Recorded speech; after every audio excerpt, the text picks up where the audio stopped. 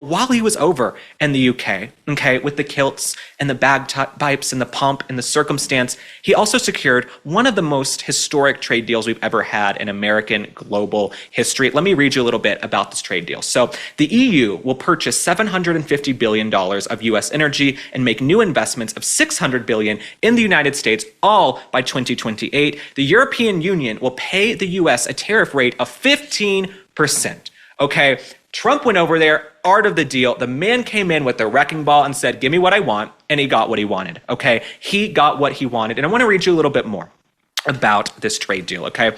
This deal will enable U.S. farmers, ranchers, fishermen, and manufacturers to increase U.S. exports, expand business opportunities, and help reduce the goods trade deficit with the European Union. So all of this is amazing. Okay, the liberal media, they said he's going over there to golf. He's going over there to open his course. One thing about President Trump, he will come off that golf course, okay, and sign one of the most historic trade deals in global history, okay? So if being on the golf course gives him some clarity and gets him in the zone to go and secure the best deal for us, I'm happy about it. I'm also a little bit jealous because you know I love men in kilts and I love bagpipes. Where is my invitation? But no, on a real note, I couldn't be happier about this trade deal. One thing about President Trump, I think because this is his last term, he has nothing to lose. He's coming in and saying, give my people, okay, the 300 million Americans I'm here to represent, the best deal for them. And I think President Trump is also thinking about legacy, right? President Trump has to be thinking about the fact that he has a legacy, right? He's going to be a legacy president, a transformational president, and I couldn't be happier that he secured this incredible